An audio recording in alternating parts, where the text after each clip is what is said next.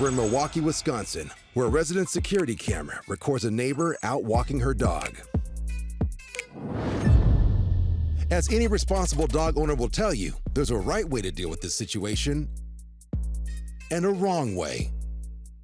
This woman chooses to walk away without picking up.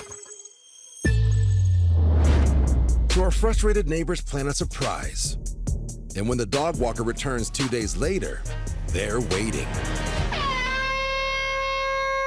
Stop letting your dog shit on our lawn! Clean up your dog poop. Excuse me, ma'am. Hey, you, clean up your dog poop. Stop letting your dog poop on my lawn. I have you on video.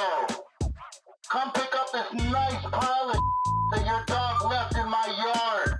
I've been waiting for you for 2 days. You. Disgusting.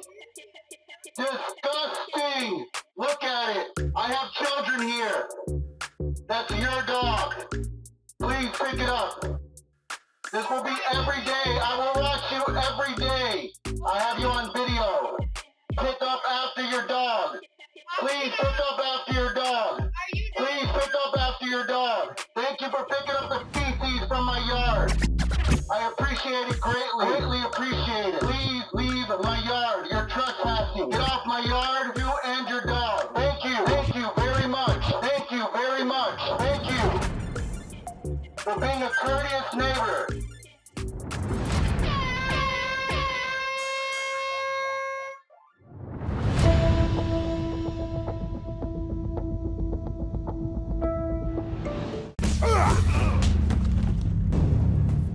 I was on my way to lunch and I went outside and I saw that my car had purple Sharpie just everywhere, on the windshield, on the door, on the window of the door, and there were notes saying that I was parked illegally. It was a little confusing.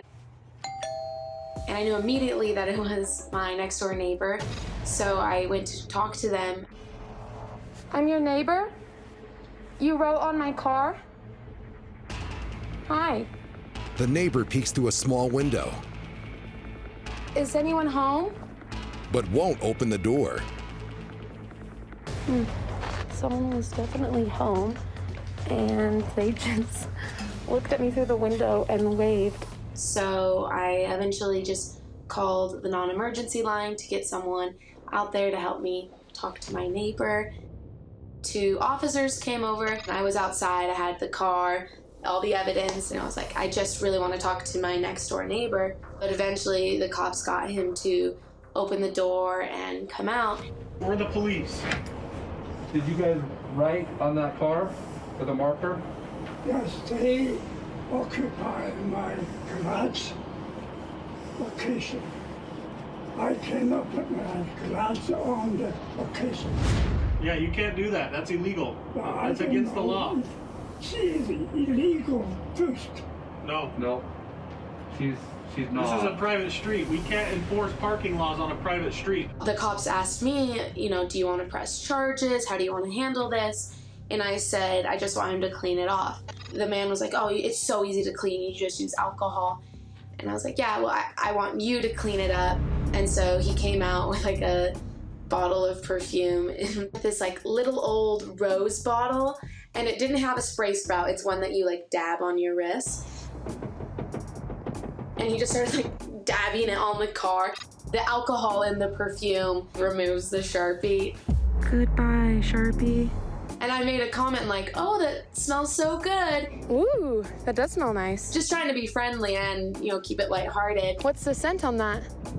You like? Yeah, that's good. And he was like, oh, you like it? It's yours. For me?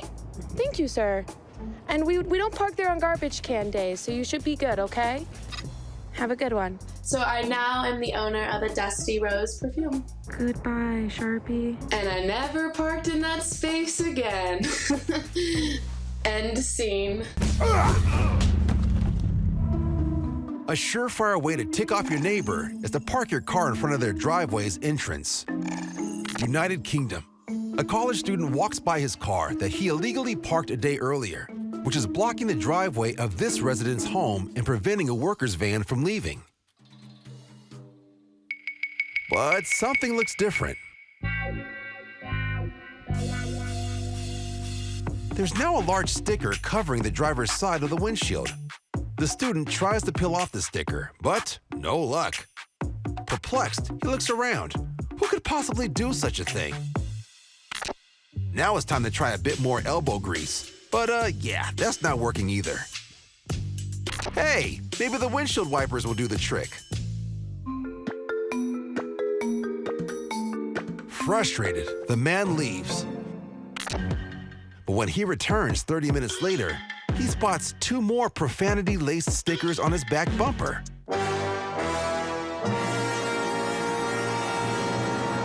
He covers the stickers on the bumper with what appears to be a plastic bag that he tapes down with duct tape. While the embarrassed student looks frustrated as he drives away, can you imagine the frustration of the workers who lost a day of wages because their car was blocked in by this blockhead?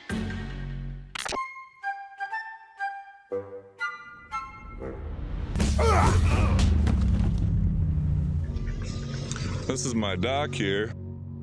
The neighbor has started feeding the birds, dumping a bunch of bird seed in front of my dock. Justin Schott's boat dock and his access to it is the basis of an ongoing boundary dispute. The only way Justin can get to his dock is by walking through his neighbor's property. I guess he thinks he's being clever, trying to get all the geese to poop on my dock. Get off my yard.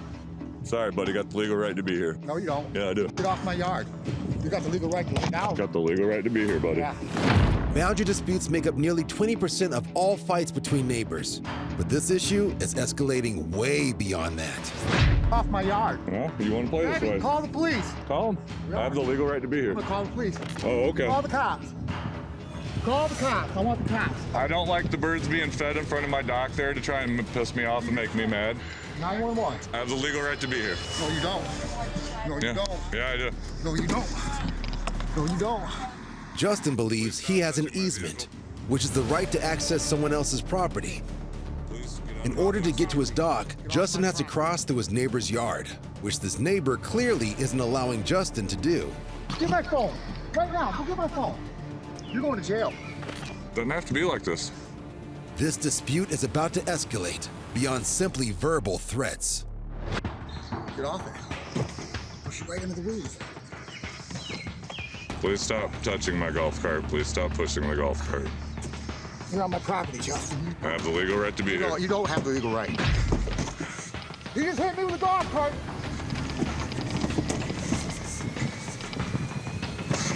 Please let me leave.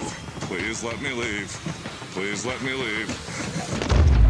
That physical act gives Justin cause to call the police and report an assault. Please let me leave, Yeah, get Corey. off my yard. Stay off. Don't ever bring that thing on my yard again.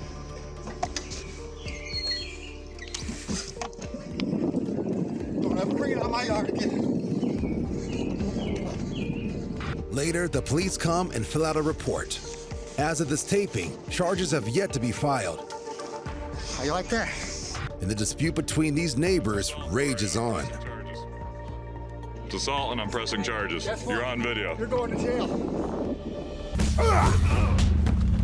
Unfortunately, living close to other people also means dealing with other people's problems. We pull into our complex and a car comes almost crashing into us.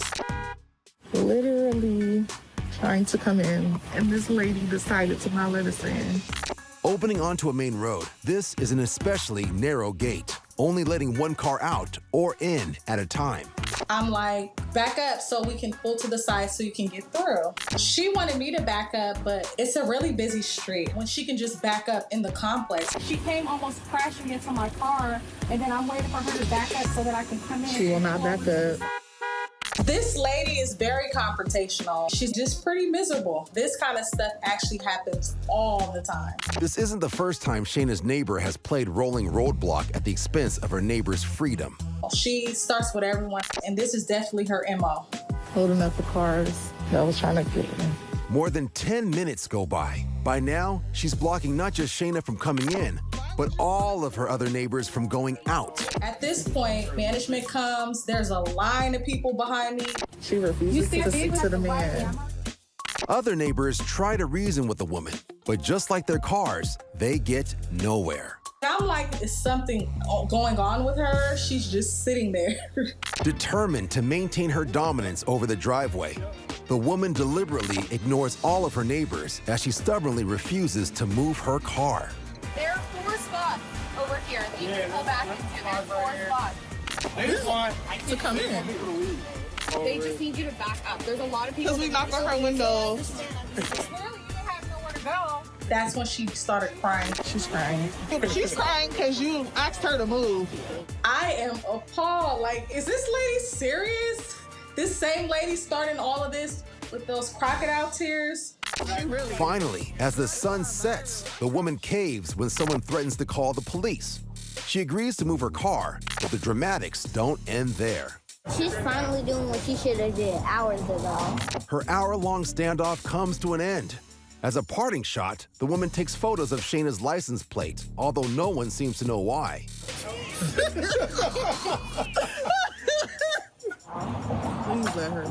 At the end of the day, Shayna and all of her neighbors can now laugh at their shared parking lot drama. This is my first time ever having an altercation with a neighbor, but I was gonna hold my ground. Y'all can leave. After I won the little ordeal, I started seeing some of the neighbors say, right on. Well, almost all of her neighbors. I saw this lady 2 days ago, and she's walking like this, put her head down. I don't care. She doesn't run past my mind. She doesn't pay my bills. It just was something unfortunate that happened, but I had to make a point. Girl, bye. She lost. Girl, you going viral, I promise you. Woodland Hills, Los Angeles resident, 54-year-old Russell Wolf is driving to brunch. And at first, he doesn't think anything of the guy in the white shirt walking his dog. But then he's shocked by what he witnesses. A neighbor he's never seen before vandalizes a local fruit stand, so he goes after the aggressor to investigate. What do you want? That's an illegal business in my neighborhood. I told them repeatedly to get the out of my neighborhood. Then you call the police. I did. They didn't do anything. They're selling stolen fruit. What's your name? My name is 2 days later, when Russell is buying fruit from the stand with another local named Leslie, the irate neighbor returns, so Russell starts recording again. I think the strawberries look beautiful. They might be beautiful, but they're stolen. Yeah, they are. They're not stolen. He has to have receipts to prove that they're not stolen. That's the law.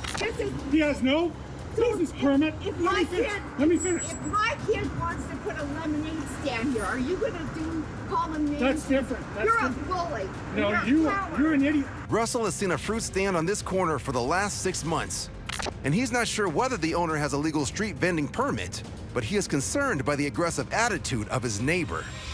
Tomorrow I'm gonna spray WD-40 over all the Oh, come on. Who are you? This is our neighborhood. It's my neighborhood, and I'm not gonna tolerate the You don't know what the you're talking about, bitch. And I'm not talking to you. You're calling me what? I'm calling you a bitch. Yeah, you're what are you gonna do about it? I'm telling you, I'm talking to him. Where are the receipts? No. Where's your business permit? By now, this neighbor rager is attracting attention. Where's your health and safety? You. But this seems to incense him even more. You know what? If we put up with this, next thing you know, you're gonna have a Tijuana whore behind the church. Did you really and then say that? You're gonna have a fentanyl dealer on that street corner, okay? It's called broken windows. You're absolutely a racist. You're a fool. Realizing he is not winning anyone over, the neighbor in purple decides to retreat, but not before he threatens to call the police. So call the police. Get to the police and then show us through the law. To show you anything, do your homework. Oh, I did, and I know who you are. And soon, the neighborhood learns not only who he is, but where he lives. And a couple of weeks later, Russell, Leslie, and dozens of other neighbors surprise him with a protest rally outside his house. You're acting like a child. And he reacts poorly. Public property right here. Better call. Spraying people with a hose is considered to be a criminal offense. So the police arrive, and he's arrested and charged with battery. Despite all the local support, the fruit seller, Tomas, decides to move to another neighborhood where he's selling his goods hassle-free. When Kaylee Day, who lives with her husband and their young children in Houston, Texas, witnesses something on her doorbell camera, it changes her life forever. My husband and I were the typical suburban happy couple, married, had kids, until the last year when we were going through couples therapy, just working through marital issues that we had that seemed to affect a lot of other married couples. Nothing like deal breaking, but I do get these gut feelings. He was doing something shady that I didn't know about. When Kaylee's son is sick, her husband suggests that she take their daughter on a planned family vacation, and he stay home with their son. Around 10 p.m., the doorbell camera app goes off. And you know, when you first get the notification, it's just a picture. And so all I saw was 2 bodies.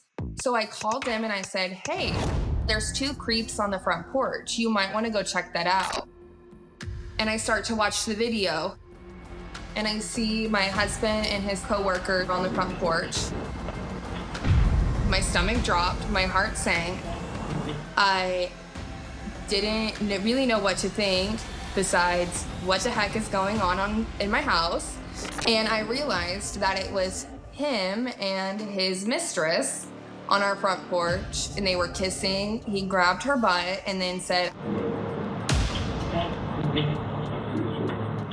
and I'm just really angry and really sad. I was disgusted, and I feel like I don't know the person that I even married. So I immediately called him back, and I said, it's you and your coworker on the doorbell camera. He denied it for a good 5 to 10 minutes till he finally confessed that she was over.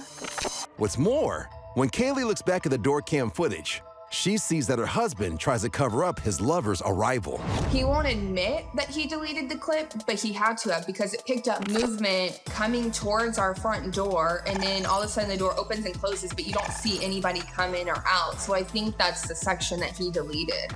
Unfortunately for him, he gets sappy and sloppy when his girlfriend leaves. And now Kaylee is divorcing her 39-year-old husband. I'm 28, so I'm still young. I have time to find somebody else who deserves me. But I feel like I got the best revenge, because when I uploaded the footage online, I was expecting to get maybe 5 views, and I have amassed over 7 million views on it. So I kind of feel like karma worked pretty instantly this time.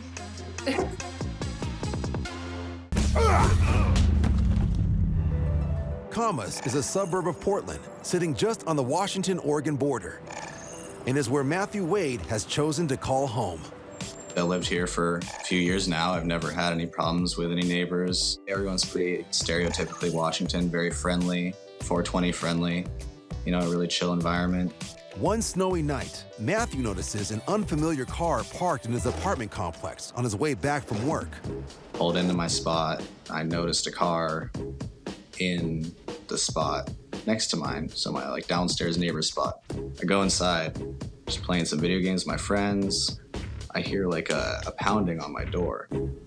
Low key in the back of my mind, I'm thinking, oh no, starting to get a little bit worried. And I put my phone camera on record, and then I slid it in my pocket because I had a feeling that something was off.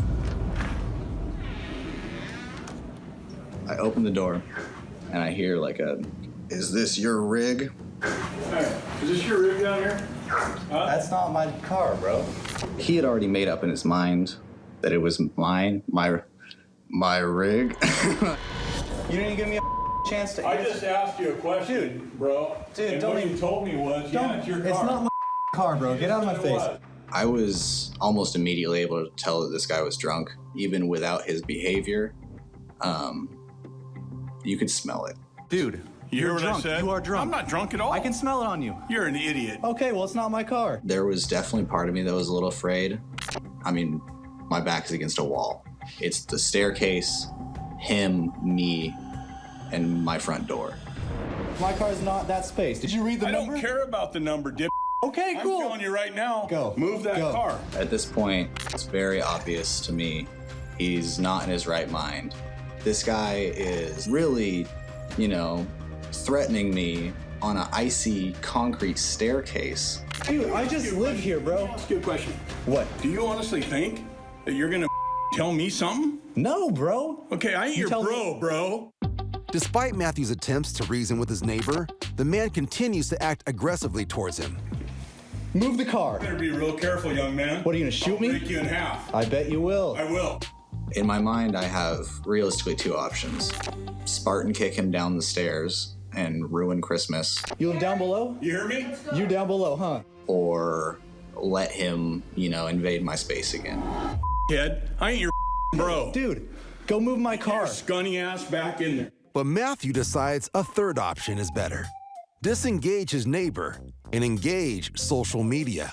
Being a musician, how funny would it be if I wrote a diss track?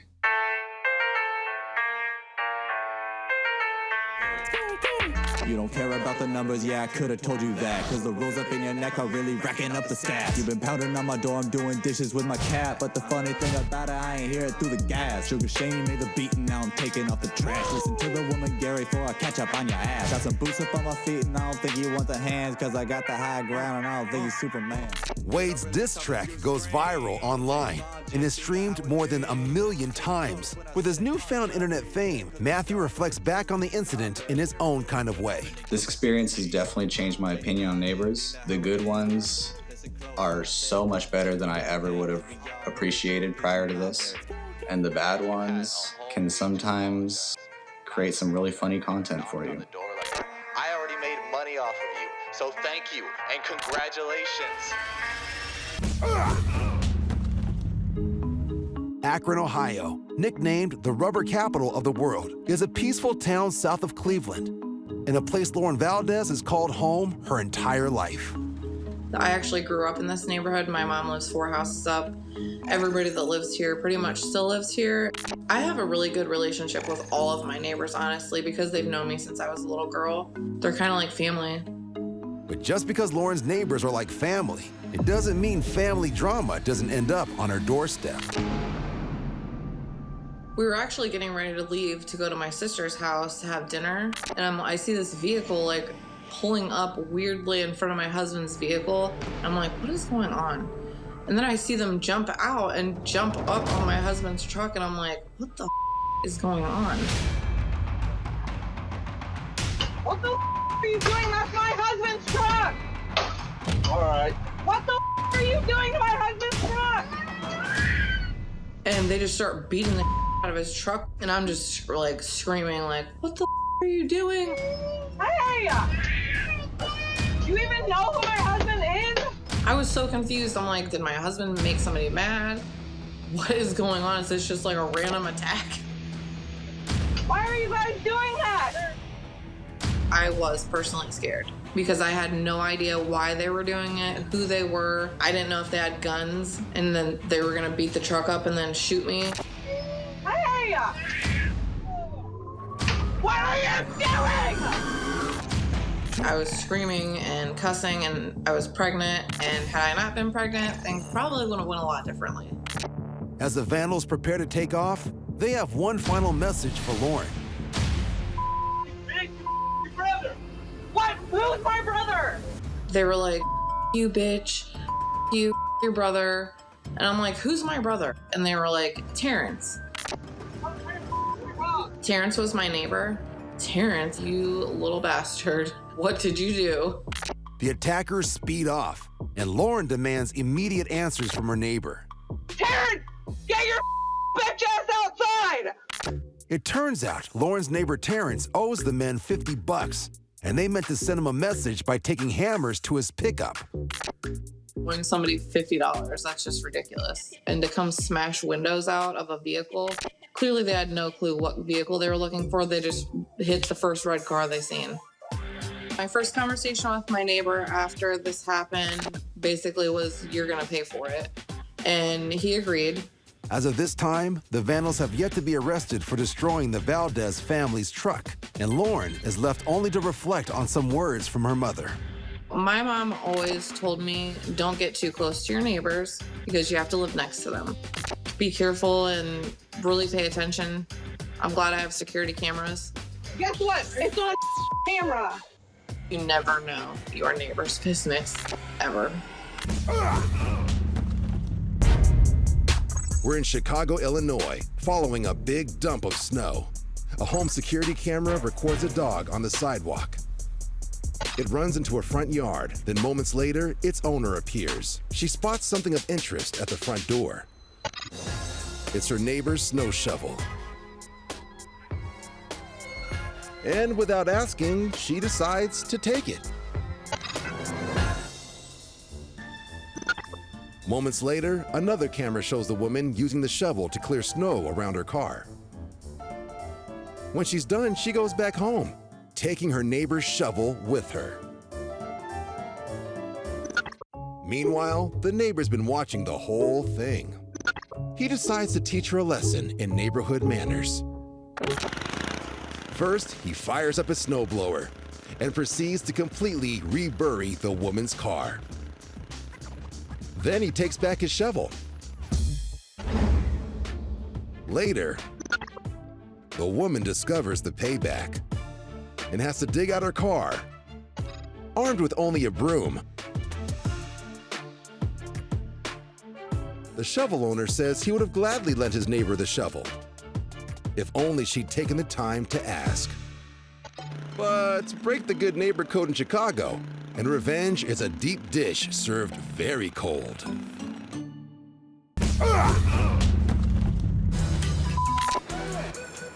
Philadelphia, Pennsylvania. This woman is outside the apartment of her former boyfriend.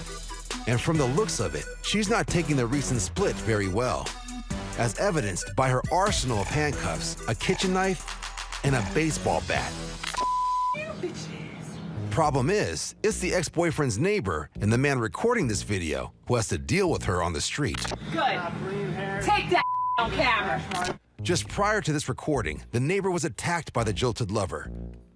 But now she's taking revenge on her ex's truck. Come get it. The ex-boyfriend smartly stays inside his apartment and calls 911 for help. Smashing my window. Got it. My neighbor got it all on camera.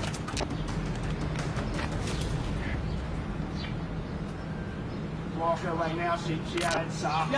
White devil! That smashed guitar is the weapon she originally attacked the neighbor with before he started recording.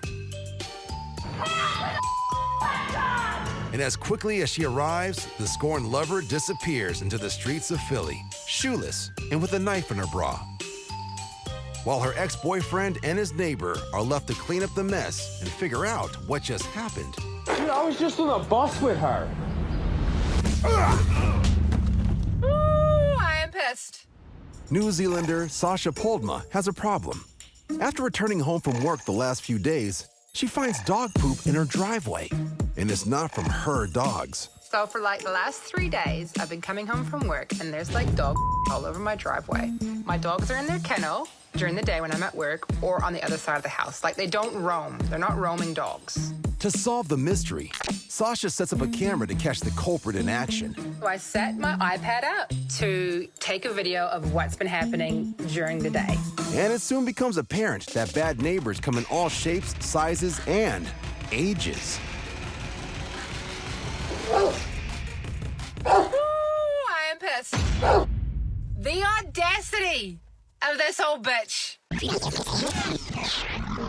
This lady from next door comes with the on her shovel.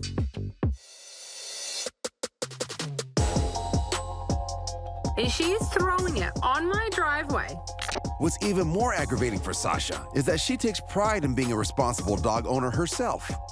Oh, look, my dog's taking a I'm about to pick it up. I don't even walk past her house. I go the other way, and I use freaking doggy bags, man. There are other dogs in this neighborhood, lady. I have a plan. Instead of confronting her elderly neighbor, Sasha takes the high road and writes the woman a well-thought-out letter. She informs her neighbor that she's been caught on camera and that the police will soon be notified. Sasha's also sending along a little gift with a letter to return the favor. It's like the middle of the night, and I've clipped this note to like 4 bags of that I picked up from her, and I'm going out into the dark and put them in her mailbox. I'm so scared. Yeah, you can't see anything, but I just put it in her mailbox. I can't believe I did that. That is not me. But I am so offended. With the parcel now delivered, the following morning, Sasha's revenge plan begins to unfold. I'm gonna see if she's got the dog food out of her mailbox yet. Okay, it's not in there. Oh my God, I'm gonna go check my camera. Here she is. So she goes to the mailbox and she picks everything up. She's like, what the hell? Sasha's scheme has worked. But just as she begins to fill out trespassing complaint forms given to her by the police, there's one last surprise in this neighborhood war. I'm gonna fill it out. And someone's here. Holy crap, she's at my door. Oh, hello. Can you spare a moment? Yeah, sure. I am so sorry that I mean, I felt quite sick and horrible after I did. Yeah. So, Well, you can imagine how I felt coming home. I was like, who's doing this to me? I haven't done anything. In an unexpected twist, the neighbor gives Sasha the best of gifts, an apology.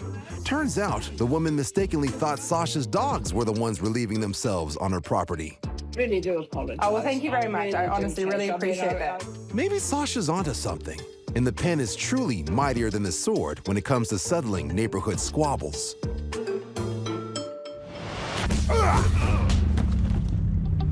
If good fences make good neighbors, don't tell that to organic gardener Jeff Permar of Middleton, Delaware.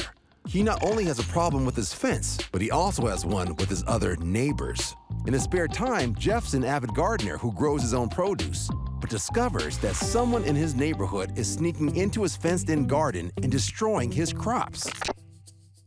I was noticing that vegetables were being eaten and just dropped onto the ground, just like chunks out of the vegetables. It's really upset. From experience, Jeff knows it's neither pests nor birds, and certainly not a neighborhood dog. So I got to thinking, and I was like, well, why don't I set up a motion detection camera to see, what it could be? So I did that, and while I was at work, I had gotten a ping on the phone, and I was anxious. I went over to go look at it, and pops up this groundhog out of nowhere, and I'm like, what, a groundhog? Jeff quickly takes action and draws up a battle plan to stop the groundhog's ground war. He ensures there are no openings in his fence and closes up any holes, no matter how small. I was putting all obstacles in place, so they couldn't get into the garden. None of that stuff worked. So that kind of upset me a lot, and I was like, all right, maybe I could trap them. So I would set up like a trap out there and nothing would work. Slowly and surprisingly, Jeff develops an admiration for his enemy's bravery and fearless persistence. As time went on, he really won my heart over. He's so cool, popping up in the camera, eating right in your face. He's got so much swagger to him. He's just looking in the camera and he's like, yeah, I'm eating your vegetables. What are you gonna do about it? I was getting notifications at work. I was showing people, sharing it on Facebook, Instagram. Everybody was loving it. They were like, this guy is so cool. You gotta, take care of him. And so I was like, you know what? I do. Jeff's first move? Giving his always hungry neighbor a proper name. He was taking chunks out of the vegetables and just moving on to the next one and taking another chunk. So I said, you know what? Your name's gonna be Chunk. But soon Chunk becomes the Chunks, with the addition of Nibbles, his girlfriend. Chunk loved Chunkland so much that he brought his girlfriend Nibbles over. As time went on, garden wasn't even mine anymore. I just gave it to the Chunks. Already late in the planting season, Jeff lets the Chunks continue to eat from his garden. The following year, I made them their own little garden where they could come have at it, feed yourself as much as you want. And it's a good thing I did. During hibernation, the Chunks start a family. And thanks to Jeff, they don't have to worry about feeding the kids. I was also even giving them stuff from mine still. Jeff and the Chunks now live happily side by side. If only all neighbors could be so friendly.